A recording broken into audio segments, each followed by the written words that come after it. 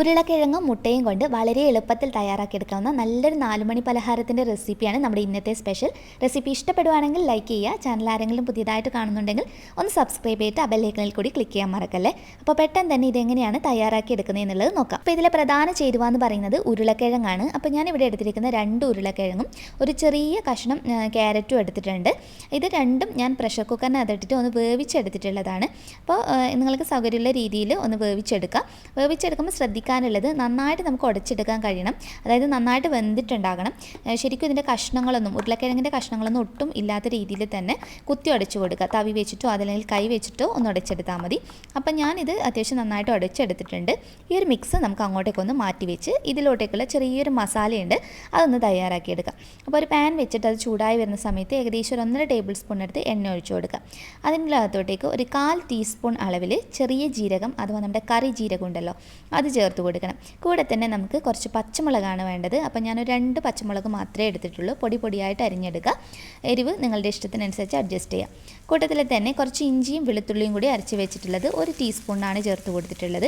ഇത്രയും ചേർത്ത് കഴിഞ്ഞാൽ ഇതുപോലെ എണ്ണയിലിട്ടിട്ട് അതിൻ്റെ ആ ഒരു പച്ചമണക്കം മാറി വരുന്ന രീതിയിൽ ഒന്നങ്ങ് മൂപ്പിച്ചെടുക്കുക. കുറഞ്ഞ സെക്കൻഡ് മാത്രം ചെയ്തെടുത്താൽ മതി. ഇനി ഇതിലോട്ടേക്ക് സവാള ചേർത്ത് കൊടുക്കാം. സവാള ചേർക്കുമ്പോൾ ശ്രദ്ധിക്കാനുള്ളത് കനം കുറഞ്ഞിട്ട് അരിയുക. അതുപോലെ തന്നെ ഒരു സവാളയൊക്കെ തന്നെ ധാരാളമാണ് കേട്ടോ. ചെറിയ സവാളയൊക്കെ എടുത്താൽ മതി. ഒരിത്തിരി ഉപ്പ് കൂടി ചേർത്ത് കൊടുത്തതിന് ശേഷം ഈ സവാള ചെറുതായിട്ടൊന്ന് വഴണ്ട് ഒന്ന് കുറച്ച് സോഫ്റ്റ് ആയാൽ മതി. ഒത്തിരി ബ്രൗൺ കളറാകുന്ന രീതിയിലൊന്നും ചെയ്തെടുക്കേണ്ട ആവശ്യമില്ല. അതിനുശേഷം ഫ്ലെയിം കുറച്ച് വെച്ച് ഒരു 1/4 ടീസ്പൂൺ മഞ്ഞൾപ്പൊടി, ഒരു 1/4 ടീസ്പൂൺ അളവിൽ തന്നെ കുരുമുളക് പൊടി, 1/4 ടീസ്പൂൺ പിരിയമുളകിൻ്റെ പൊടിയാണ് ചേർത്തിട്ടുള്ളത്. അതുപോലെ തന്നെ ഒരു 1/2 ടീസ്പൂൺ അളവിൽ മല്ലിപ്പൊടി, ഒരു വളരെ കുറച്ച് മാത്രം ഗരം മസാല പൗഡർ, ഇത്രയും ചേർത്തതിന് ശേഷം പൊടികളുടെയൊക്കെ ആ ഒരു പച്ചമണം മാറി വരുന്ന രീതിയിൽ എണ്ണയിലിട്ടിട്ടൊന്ന് മൂപ്പിച്ചെടുക്കണം. അപ്പോൾ ഇതിൻ്റെയൊക്കെ അളവ് നിങ്ങളുടെ ഇഷ്ടത്തിനനുസരിച്ചിട്ട് അഡ്ജസ്റ്റ് ചെയ്യാവുന്നതാണ് കേട്ടോ. പൊടികളുടെയൊക്കെ പച്ചമണം മാറി വന്നു കഴിഞ്ഞാൽ നമ്മൾ നേരത്തെ ഉടച്ചു വെച്ചിരിക്കുന്ന ഉരുളക്കിഴങ്ങും ക്യാരറ്റും കൂടിയുള്ള മിക്സ് ഇതിനകത്തോട്ടേക്ക് ചേർത്ത് കൊടുക്കുക. എന്നിട്ട് നന്നായിട്ട് യോജിപ്പിച്ചെടുക്കണം. ഉരുളക്കിഴങ്ങിലും ക്യാരറ്റിനകത്തൊക്കെ ശരിക്കും ആ ഉപ്പും കാര്യങ്ങളൊക്കെ പിടിക്കുന്ന രീതിയിലൊന്ന് മിക്സ് ചെയ്യുക. അപ്പോൾ നിങ്ങൾ മിക്സ് ചെയ്തെടുത്തതിന് ശേഷം ഒന്ന് നോക്കിയിട്ട് അഡ്ജസ്റ്റ് ചെയ്യുക കേട്ടോ. അതായത് എരിവ് വേണമെന്നുണ്ടെങ്കിൽ കുറച്ചുകൂടി കുരുമുളക് പൊടി ചേർത്ത് കൊടുക്കുക. മറ്റുള്ള പൊടികൾ ചേർക്കുന്നതിന് പകരം കുറച്ച് കുരുമുളക് പൊടി ചേർത്ത് കൊടുക്കുക. അതുപോലെ തന്നെ ഉപ്പൊക്കെ നോക്കിയിട്ടൊന്ന് അഡ്ജസ്റ്റ് ചെയ്യാം. ഇതിപ്പോൾ ഞാൻ നല്ലതുപോലെ ഒന്ന് മിക്സ് ചെയ്ത് യോജിപ്പിച്ചെടുക്കുന്നുണ്ട്. ഇതാണ് നമ്മൾ ഇതിനകത്തുള്ള ഒരു മെയിൻ ആയിട്ടുള്ള കാര്യം. അപ്പോൾ ഇത് റെഡി ആയിട്ടുണ്ട്. ഇതൊന്ന് ചൂടാറട്ടെ. ചൂടാറിയതിന് ശേഷം ഇതുപോലെ ഒരു പാത്രത്തിനകത്തോട്ട് ചേർത്ത് അപ്പോൾ ആദ്യം നമ്മൾ കുറച്ച് പൊടി മാത്രമേ ചേർക്കുന്നുള്ളൂ. ഇനി ഇതിലോട്ടേക്ക് ഞാൻ കുറച്ച് മല്ലിയില അരിഞ്ഞത് കൂടി ചേർത്ത് കൊടുക്കുന്നത്. നിങ്ങൾക്ക് കറിവേപ്പിലയുടെ ടേസ്റ്റ് കൂടി വേണമെന്നാണെങ്കിൽ അതും ചേർത്ത് കൊടുക്കാവുന്നതാണ്. ഇതൊക്കെ നമ്മൾ ചേർത്ത് മിക്സ് ചെയ്തെടുത്തിട്ട് നമുക്ക് ലാസ്റ്റ് ഇനി ഒരു കാര്യം കൂടി ഇതിനകത്ത് ചേർക്കാനുണ്ട്. അതിന് ശേഷം വേണം നമ്മൾ ഈ പൊടികൾ ഇനി വേണമെങ്കിൽ, അതായത് അരിപ്പൊടിയും കോൺഫ്ലോറൊക്കെ വേണമെങ്കിൽ മാത്രം ഇനി അധികം ചേർത്ത് കൊടുത്താൽ മതി.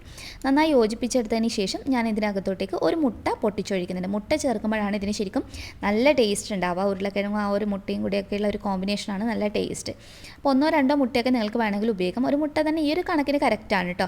അപ്പോൾ ഇതിലോട്ടേക്ക് ഞാൻ ഇനി ഒരു 2 ടേബിൾ സ്പൂൺ അളവിൽ അരിപ്പൊടിയും അതുപോലെ തന്നെ 1 ടേബിൾ സ്പൂൺ എടുത്ത് നമ്മുടെ കോൺഫ്ലോറും ചേർത്തിട്ട് കുറച്ച് ഉപ്പ് കൂടി ചേർക്കുന്നുണ്ട്. നമ്മൾ മുട്ടയൊക്കെ ചേർക്കുമ്പോഴത്തേക്കും ബാറ്റർ ഒന്നുകൂടി അങ്ങ് ലൂസാവും. അതുപോലെ തന്നെ ഉപ്പൊക്കെ നമുക്ക് കുറച്ച് കുറയും. അപ്പോൾ അതൊക്കെ ഒന്ന് നോക്കിയിട്ട് അഡ്ജസ്റ്റ് ചെയ്തിട്ട് ഇതുപോലെ കുഴച്ചെടുക്കുക.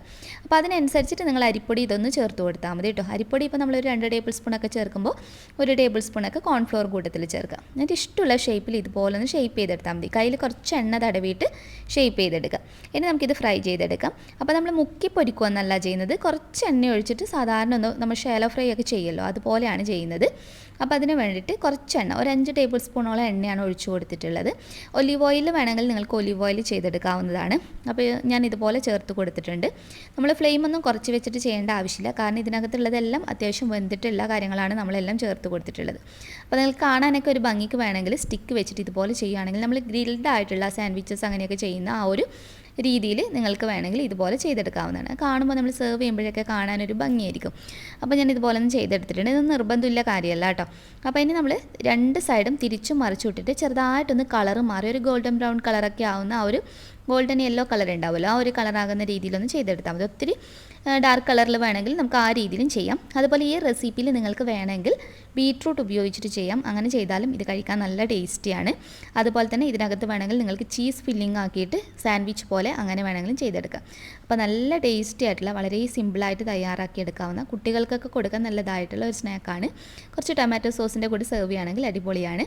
അപ്പോൾ എല്ലാവരും തീർച്ചയായും ട്രൈ ചെയ്ത് നോക്കിയിട്ട് ഫീഡ്ബാക്ക് അറിയിക്കുന്നു വിശ്വസിക്കുന്നു. നെക്സ്റ്റ് വീഡിയോയിൽ വീണ്ടും കാണാം. അതുവരെ ടേക്ക് കെയർ. Bye bye.